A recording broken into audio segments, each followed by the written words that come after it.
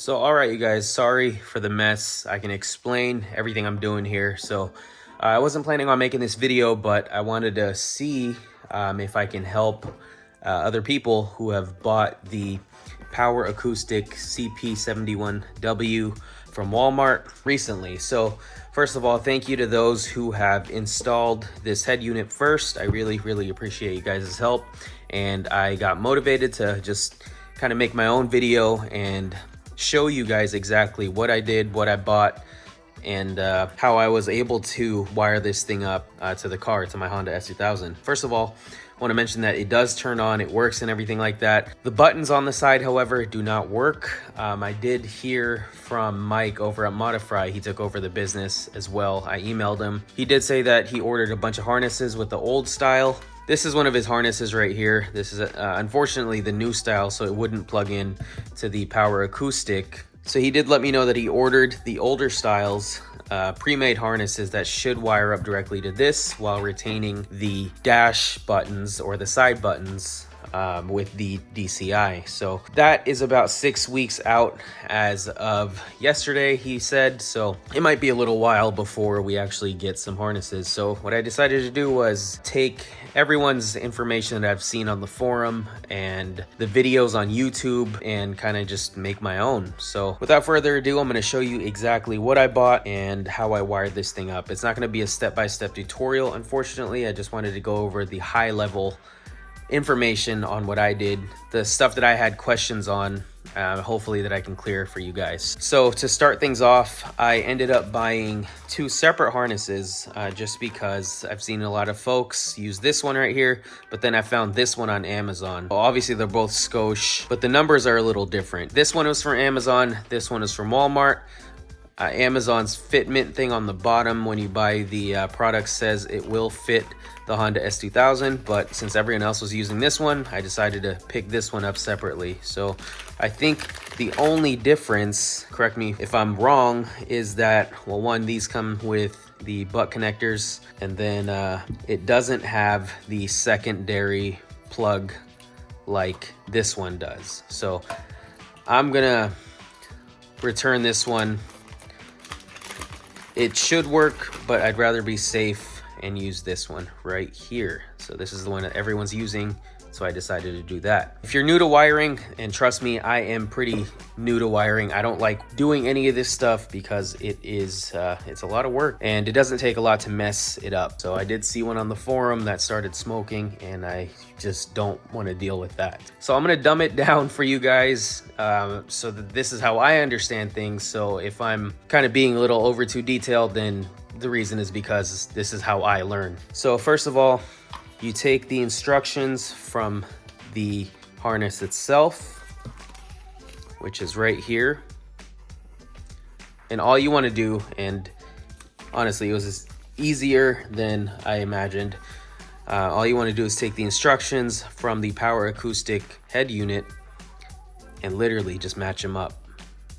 So you can see right there, gray, black, right front negative, RF negative is the same thing on the Power Acoustik. So you want to take those wires, go down the list one by one.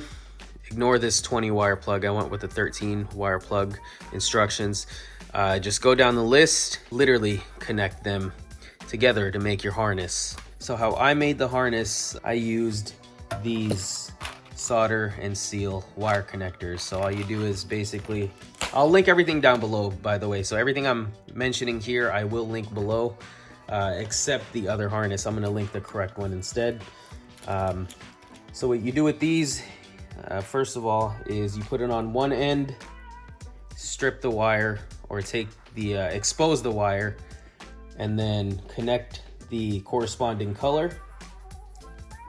And then you simply heat it up. And what it does is it melts the adhesive and the solder right there in the middle, giving you a tight connection, which is, in my opinion, better than using these ones right here where you pinch them. But either or, it works. You'll see that I'm very paranoid, so I ended up taping over these right here for each of the connections.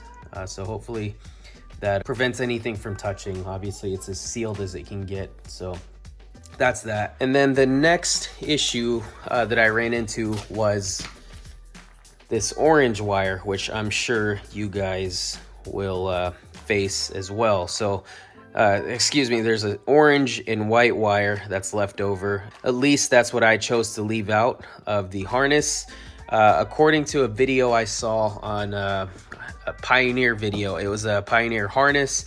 They said that some head units allow you to use this orange and white wire, and what that does is if you turn on your headlights, then I think the head unit itself dims depending on what setting it's on. But I'm not going to be using that, and they did confirm this in the video as well, that if you're not using the wire, the orange and white wire right here, you just simply tape it off or take it out of the pin right here, the connector. But I'm not going to do that. I simply just taped it off with some electrical tape, and that should be good. And the reason why I decided to do orange and orange, which you'll see right here, is because I followed the instructions. So you guys can see right here, there's no mention of orange/white. Illumination number 10 right here on the Power Acoustik is orange.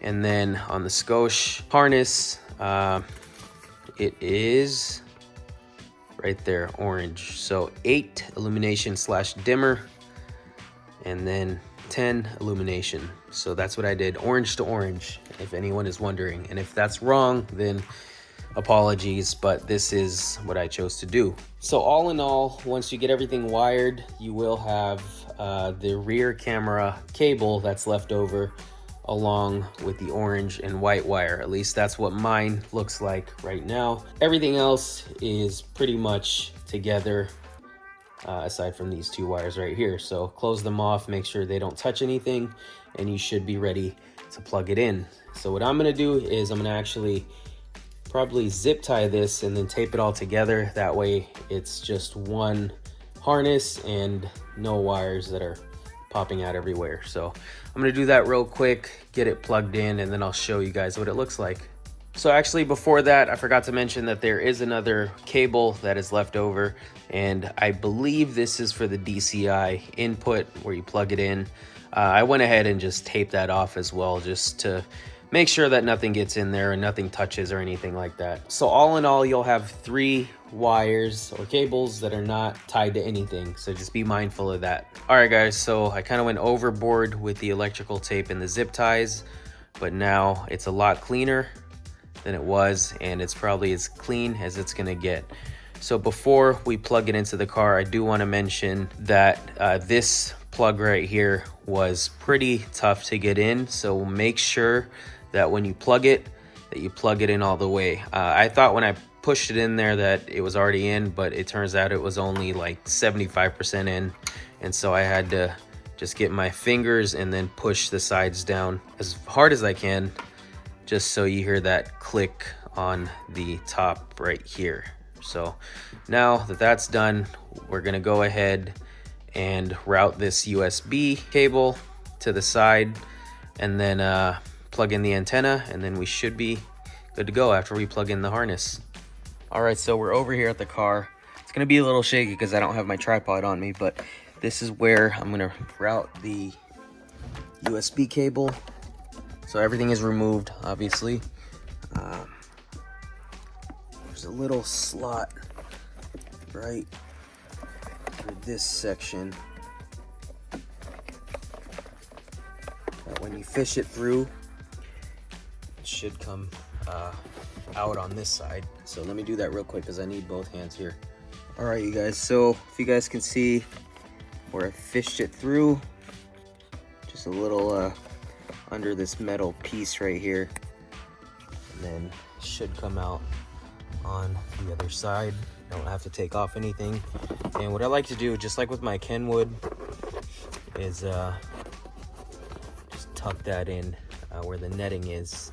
So I have the TuxMat floor mats, which covers the entire side right here, but the net is on the side, and I just leave that in there. So that's all good. And now I'm gonna plug in the rest of this and start it up.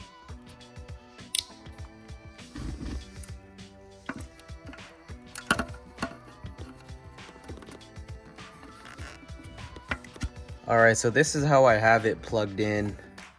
I have the antenna jack plugged in on the left side, and then we just used one of the connectors. The other one is just sitting out just like so. I left the cover on there again just so nothing touches. And then now we can just neatly tuck in everything and then should be good to go. So I knew I forgot to mention something, and that is these brackets right here. So these brackets came from the OEM radio.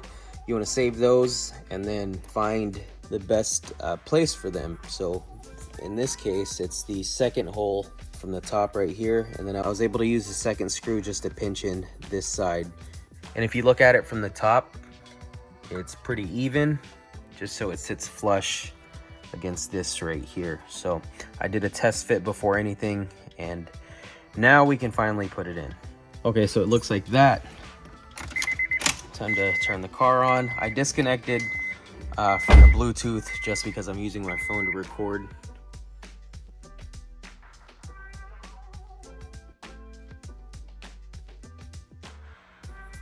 And there's that. So, oh look, I guess it does dim even though I use the orange to orange wire. When I turn on the headlights, it dims. You guys can see that. So that's kind of cool. And I just want to test it. Like I said, I connected earlier, but I haven't really messed with the settings or anything. I'm more testing it just for responsiveness.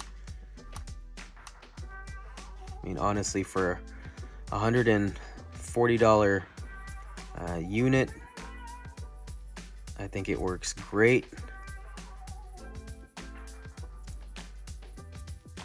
It looks like you can plug in a front camera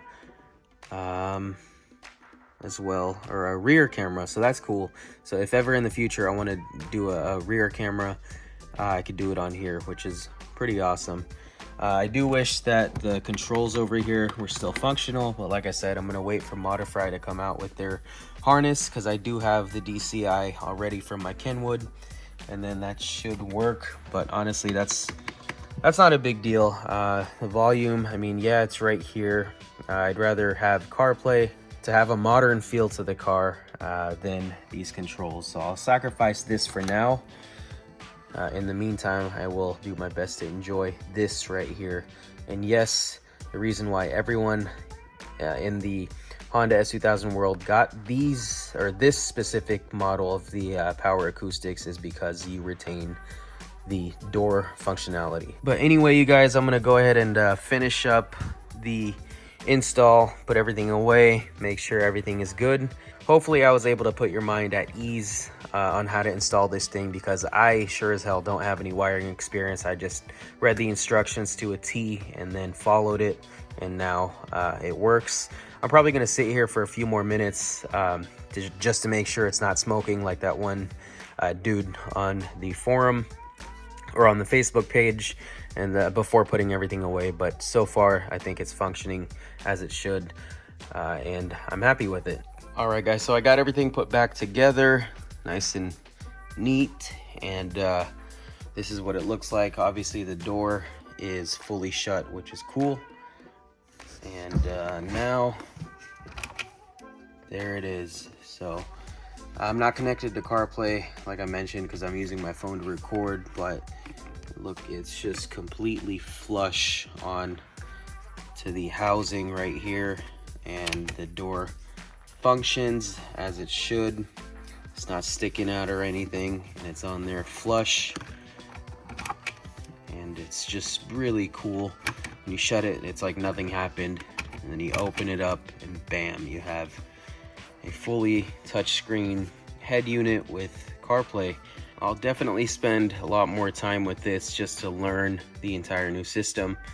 But one thing I did find out is that if you push the power button up top right here, it automatically mutes it. So, you know, it does suck losing the controls on the side over here, but the fact that this acts as a mute button is pretty convenient. So hopefully that kind of eases the pain of losing those controls on the side for now until Modifry comes out with the harness. Or, you know, if you figured it out on your own, then that's awesome too. But for me, I'd rather wait for the harness. So I really hope that this video helped out just a little bit with the questions regarding the wiring that you guys may have, because I know it was a little confusing. I myself don't really deal much with wires or anything like that. So the fact that I could do it, it means that you guys can do it too. So before I close out this video, I wanted to give a huge shout out to Brandon. Brandon was the first person, I believe, to discover that the Power Acoustics unit would fit in the S2000 while retaining the door. So shout out to you, Brandon. Thank you. Thank you for biting the bullet and confirming that this unit would work. And again, everything I used in the video, I'm going to link it down below so you guys can check it out for yourselves. If you guys have any questions, just let me know in the comments below. Other than that, thank you guys so much for watching. And as always, I'll catch you in the next one.